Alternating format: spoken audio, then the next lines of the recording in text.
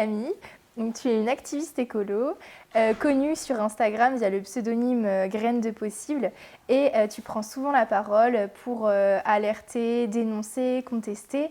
Face à des problèmes globaux majeurs, on peut entendre des discours qui jugent inutile le fait de manifester, boycotter et qui parlent même d'écoterrorisme en ce qui concerne la désobéissance civile. Et donc, d'après toi, du coup, tu es une activiste, ces actions citoyennes qui partent du bas de l'échelle, est-ce qu'elles peuvent avoir un pouvoir, un impact sur le haut de l'échelle? Et si oui, est-ce que déjà elles sont légitimes? Bien cette question. Ouais, carrément, bonjour déjà. En fait, moi je vois vraiment l'action environnementale, l'activisme comme un écosystème qui répond en fait à la destruction d'un écosystème vivant, c'est-à-dire la destruction de la biosphère qu'on est en train d'opérer par nos modes de vie. Et donc en fait pour moi vraiment il faut qu'on soit capable d'y répondre de manière très stratégique et très complémentaire. Et donc à la fois avoir des pétitions, des interpellations sur les réseaux sociaux vont permettre de mettre aussi la lumière sur un problème précis, si bien que ça peut devenir un débat politique et que donc du coup ça va être mis, en fait on va mettre à l'agenda un sujet.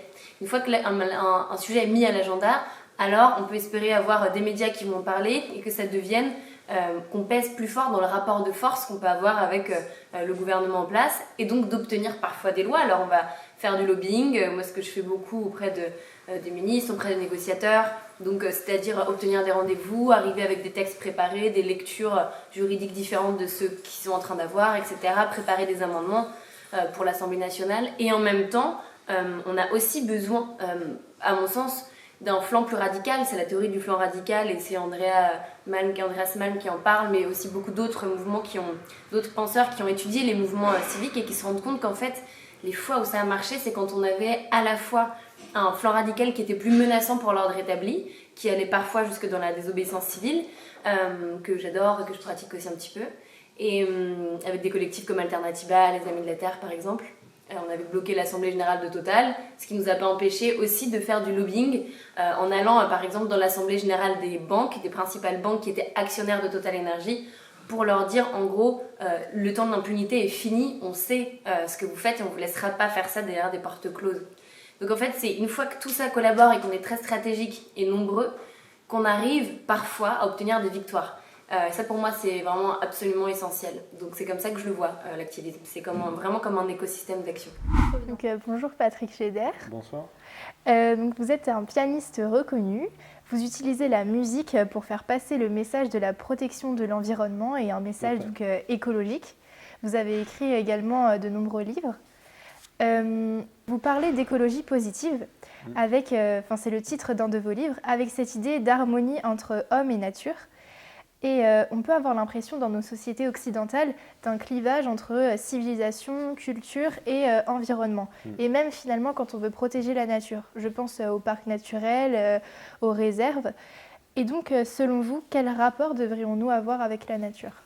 Je pense qu'on s'interroge sur ce rapport d'une manière cyclique à chaque fois qu'il y a une évolution de la société très profonde. Je pense au XVIIIe siècle, par exemple. Des personnalités comme Jean-Jacques Rousseau se sont rapprochés de la science de leur époque, de Buffon, qui faisait une histoire naturelle, où il commençait à répertorier tout le vivant qu'on pouvait voir, constater. Je pense aussi à Condillac, qui avait toute une théorie sur les sens, etc. Donc en fait, il s'est inspiré de la philosophie, mais aussi de la science, pour essayer de trouver une nouvelle harmonie entre l'humain et la nature, dont a découlé notamment la Révolution française. Puisque Rousseau part du principe que la nature serait bonne. Ça ne veut pas dire qu'elle est gentille, mais ça veut dire qu'elle est bonne dans ce sens où elle a des lois qui sont ni bons ni mauvais. Il n'y a pas de morale en fait dans la nature. Mais elle a un avantage, c'est qu'elle permet la vie et que la vie est magnifique. Donc elle est bonne, voilà, parce qu'elle permet cette vie. Et donc c'est à la fois de la philosophie, c'est à la fois de la science, c'est même à la fois de la poésie, c'est aussi de l'art, dont a découlé une nouvelle législation qui a fondé la République française, liberté, égalité, fraternité, c'est encore autre chose, mais ils sont découlés d'une constatation de ce qu'on appelle le droit naturel. C'est-à-dire que les humains ne naissent pas inégaux, puisqu'il y avait le droit divin avant. Le roi naissait soi-disant désigné par Dieu, puis les autres, ils avaient moins de chance, quoi. Et il dit, ben non, désolé, mais quand on est tous pareils. Donc les lois de la nature, c'est qu'on est tous libres. C'est sûr qu'on n'est pas avec des menottes aux mains, et on est tous égaux parce qu'il n'y en a pas un qui naît avec une couronne sur la tête et puis l'autre pas. Voilà. Donc on voit que cette question d'une meilleure harmonie entre l'homme et la nature, au XVIIIe siècle, on se l'est posée, on l'a résolue comme ça. Et qu'est-ce qui se passe actuellement? En fait, on recherche la même chose. La science a évolué, elle a poussé, nos envies aussi ont énormément évolué, et on cherche au travers de l'écologie, dans laquelle la science a une part très très importante, une nouvelle alliance finalement entre l'humain et la nature. Donc on se repose la question. Et je pense que c'est pas la deuxième fois. Il y a eu, je pense, au XVIe siècle, on s'est posé la question, et puis dans nos ancêtres qu'on dit préhistoriques, forcément aussi se sont posé la question. Donc finalement, à chaque moment décisif pour l'histoire de nos sociétés, on se repose ces questions. Quel est notre lien? Voilà. Et bien sûr que on part peut-être du principe dans l'écologie, au moins en France, que si la nature est bonne, que le disait Rousseau, il faut encore mieux suivre ses préceptes, donc mieux la respecter, mieux l'écouter. Donc ça répond en partie à nos exigences actuelles. Voilà. Mieux la connaître, c'est mieux la comprendre, et c'est donc mieux la respecter, et c'est donc respecter d'ailleurs le vivant dans son entier, dont nous, et puis les non-humains. Voilà.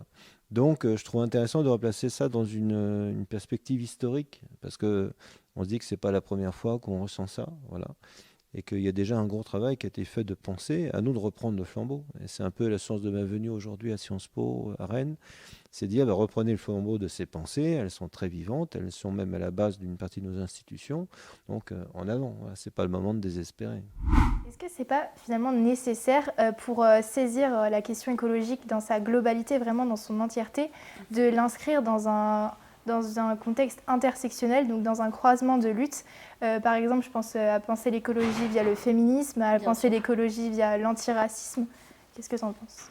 Tu as totalement raison, enfin, je peux que partager ça, et pour moi ça passe par s'instruire tout le temps, déconstruire beaucoup de choses, faire très attention à ces questions-là, même dans notre pratique du militantisme, essayer d'être le plus inclusif possible, mais aussi de travailler conjointement avec des personnes qui vont être très engagées sur ces sujets-là. Par exemple, je fais une émission sur Brut où on décrypte l'actualité environnementale, et on a quelqu'un dont le Someboy, en gros son pseudo c'est Histoire Crépue sur les réseaux, si vous ne le connaissez pas, il est génial, qui lui travaille beaucoup sur l'histoire décoloniale et qui vient éclairer en fait le sujet, non pas comme seulement un petit chapitre comme s'il y avait l'écologie, puis un petit peu d'écoféminisme, un petit peu d'écologie décoloniale, mais au contraire vraiment l'idée c'est de dire ok, c'est un nouveau prisme aussi à travers lequel on regarde ce sujet. Et j'ai pas répondu à ta question tout à l'heure pour savoir si ça marchait. Oui, ça marche. C'est ça qui est génial. On est très très loin d'avoir obtenu toutes les victoires nécessaires, parce qu'en vrai le problème fondamental il est bien plus profond, c'est notre manière d'habiter le monde, c'est ce rapport de domination qu'on a aux choses qu'il faut, c'est un paradigme entier à bouleverser. Donc bien sûr que ça demande vraiment des bouleversements profonds de la société, mais on a aussi ce besoin de colmater, comme ça c'est Thiago Rodriguez qui est un auteur que j'adore qui dit que c'est un peu comme si on colmatait à main nue une fuite d'eau, et qu'en attendant un plombier qui peut-être ne viendra jamais, qui peut-être même n'existe pas, mais on va quand même continuer à le faire. Donc il faut se battre même pour ces petites victoires qui en fait ne sont pas si petites que ça, parce qu'elles cachent derrière elles des vies. Et oui, ça marche, on a obtenu le retrait d'un traité qui protégeait les énergies fossiles, le TCE, on a obtenu l'interdiction de l'exploitation minière des fonds marins pour la France, on essaie que ce soit pour tous les pays de la Terre. Voilà, donc ça marche, mais c'est les fois où on a été très stratégique avec des gens compétents dans plein de domaines, et qu'on a vraiment été complémentaires dans nos moyens d'action. D'après vous, donc, vous êtes pianiste, donc vous utilisez beaucoup la musique pour faire passer des messages écolos. Et quel rôle justement peut avoir l'art dans une prise de conscience écologique? Je pense que l'art et la culture d'une manière générale, parce que bon, il y a la culture, il y a l'art.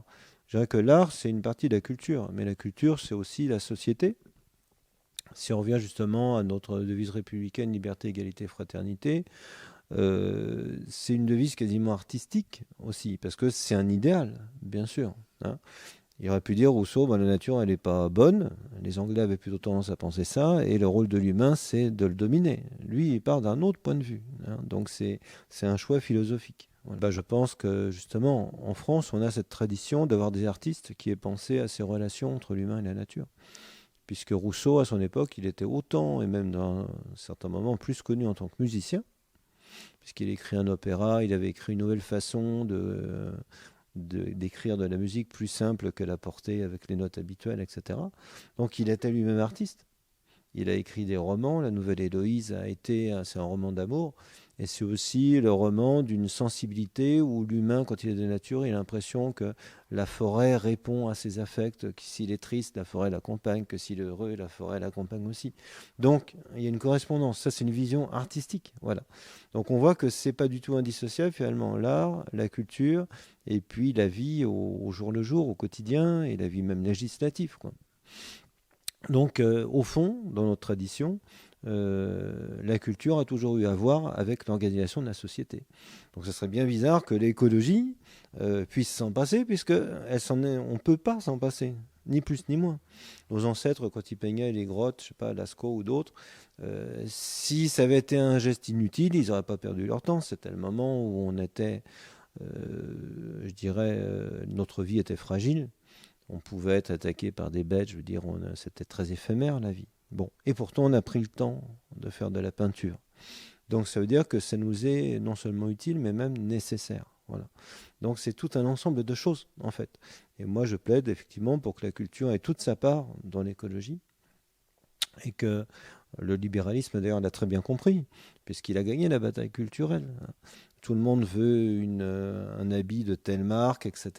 Ça, c'est de la culture. Voilà, arborer qu'on a, je sais pas, une chemise machin, des chaussures trucs, c'est de l'activisme libéral, en quelque sorte. C'est afficher sans arrêt le fait qu'on adhère à cette société. C'est un activisme qui ne dit pas son nom, mais c'en est un. Donc ça veut dire que le libéralisme a gagné d'une manière assez intelligente. Ils ont remporté une victoire culturelle. Donc je pense que si l'écologie veut advenir et gagner, il va falloir aussi qu'elle soit culturelle. Sinon, à mon sens, elle ne sera pas. Elle sera marginalisée soit par des spécialistes de politique, soit par des spécialistes de la science. Voilà. Alors que c'est un sujet de société. Et en plus, un sujet qui doit réunir autant que liberté, égalité, fraternité. Donc vie, parce que s'il n'y a pas de vie, il n'y a pas de liberté, d'égalité et de fraternité. Donc tout se tient. Voilà.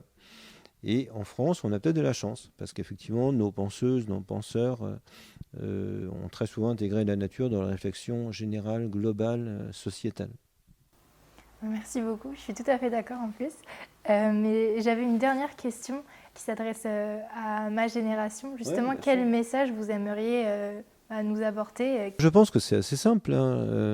Tout ce que j'ai dit, c'est vous dire vous n'êtes pas seul au monde à devoir sauver le monde en 10 ans sans outils ou avec très peu d'outils, parce que ça serait dramatique si c'était vrai. Et en fait, c'est faux. Voilà. C'est faux parce que les penchants d'abord de l'être humain, ils sont pas nés avec le libéralisme. On a fait des conneries avant qu'il y ait le libéralisme. Donc, il ne faut pas non plus tout mettre sur un système. On a des choses à travailler en nous au travers des temps sur des millénaires. Voilà, cette volonté de prédation, de se la péter en coupant des forêts histoire de se construire un beau palais, puis après il n'y a plus rien aux alentours, c'est récurrent. On n'a pas attendu le 19e ou le 20e siècle pour le faire. Donc voilà, c'est quelque chose qui est profondément dans notre humanité finalement, donc on a à travailler, rectifier et faire évoluer nos sociétés avec ça. Donc c'est vous dire, vous n'êtes pas les premiers, vous n'êtes pas les seuls. C'est important, je pense, parce que être orphelin, c'est pas vraiment une place enviable. Ne pas avoir de parents psychologiques ou des parents génétiques, c'est dur à vivre. Voilà. Donc il ne faut pas que vous vous sentiez dépossédé de votre culture, il faut que vous vous sentiez accompagné par tout ce qui vous a précédé. Et votre vraie mission maintenant, c'est de reprendre le flambeau de ça et de le mener plus loin. Donc mon travail, je dirais, c'est de rendre sensible à ça, dire la culture est avec vous, en tout cas en France, voilà. Et donc allons-y, voilà, c'est ça l'idée. Avec des outils, vous donnez des outils de compréhension, des points de repère, parce que je pense qu'il y a un gros problème, c'est que les gens n'ont pas de points de repère dans l'écologie. Ils ont l'impression que c'est tombé du ciel à 30 ans, et puis voilà. Et maintenant, il faudrait tout résoudre en fort peu de temps, ce qui est impossible. Voilà. Donc il faut autant des outils scientifiques que des outils politiques, que des outils culturels. Les trois vont systématiquement ensemble. Le libéralisme, encore une fois, l'a très bien compris, au travers de la publicité, au travers des biais cognitifs qu'il manipule et dont il est parfaitement conscient. Donc, il y a de la psychologie dans le libéralisme, c'est pas un truc abruti, c'est un truc intelligent, voilà, pour nous convaincre que c'est le meilleur des mondes. Bon, il va falloir que l'écologie fasse la même chose, c'est clair, qu'elle nous convainque que ce sera un monde meilleur, bien sûr que c'est ça. On ne peut pas convaincre les gens en disant « Allez, on va maintenir 1,5 degré et puis ça ira, puis on va limiter la casse ». Je pense que pour une génération, si c'est juste un avenir où on va limiter la casse, c'est franchement un avenir qui n'est pas très brillant. Voilà. Donc il faut inventer d'autres choses. Et il y a des outils de compréhension pour ça. Et puis le génie de vos générations aussi, parce que je pense que chaque génération a un génie qui lui est propre, de faire les choses instinctivement, ce qu'on ressent. Voilà, c'est très très important. C'est aussi un guide. Il n'y a pas que la raison dans cette histoire. Hein. Sinon, il y a longtemps qu'on aurait résolu tous les problèmes du monde par la raison. Bon, on voit qu'on n'y est pas du tout, du tout. Donc il y a l'instinct, il y a ce que l'on sent, ce qu'on sent qu'il est bon de faire.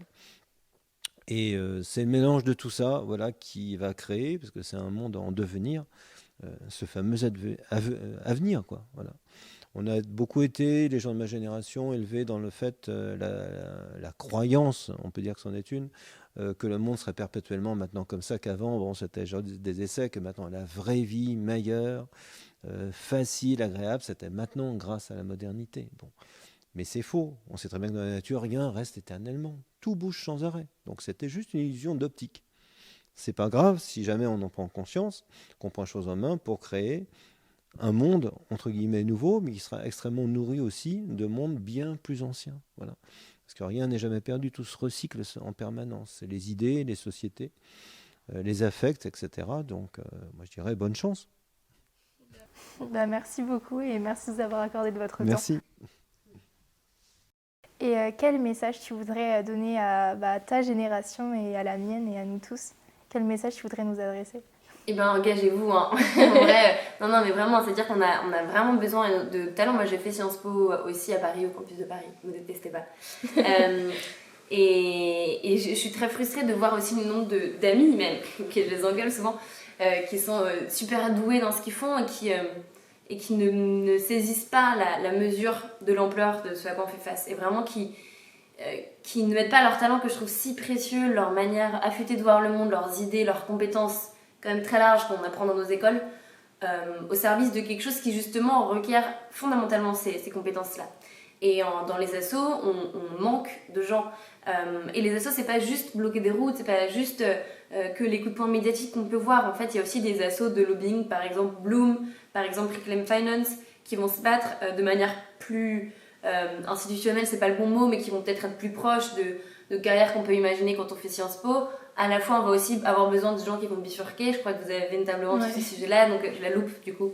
Mais je pense que c'est génial aussi qu'il y ait des gens qui incarnent le fait qu'il y ait d'autres modes de vie, que ce fameux monde de demain, il existe déjà, notamment dans les ZAD, mais il y a d'autres manières aussi de le faire. Des collectifs qui s'occupent de forêts. Bref.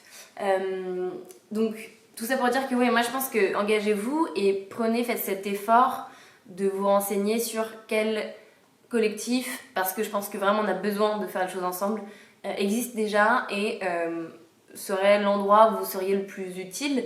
Et pour moi la réponse à ça, c'est ce que vous aimez faire. C'est très con, mais c'est vraiment vrai. C'est-à-dire que pour moi, là on est utile, c'est là où on aime profondément faire ce qu'on fait, et que donc du coup on le fait avec une passion telle, avec une ferveur qui est nécessaire à une action environnementale qui en fait peut très vite nous épuiser. Et si on veut être dans la durée, alors il faut qu'on sache faire de mieux, et ce qui nous aide, même si c'est faire des reportages, mais faites-le, aller sur les terrains, raconter ces histoires que les grandes caméras ne montrent pas. Ça, c'est très utile. Merci beaucoup, ça m'a fait trop plaisir de t'interviewer et tu es un modèle merci pour beaucoup de jeunes et un espoir, donc merci. Donc quel honneur. Je suis sûre ce soir contente.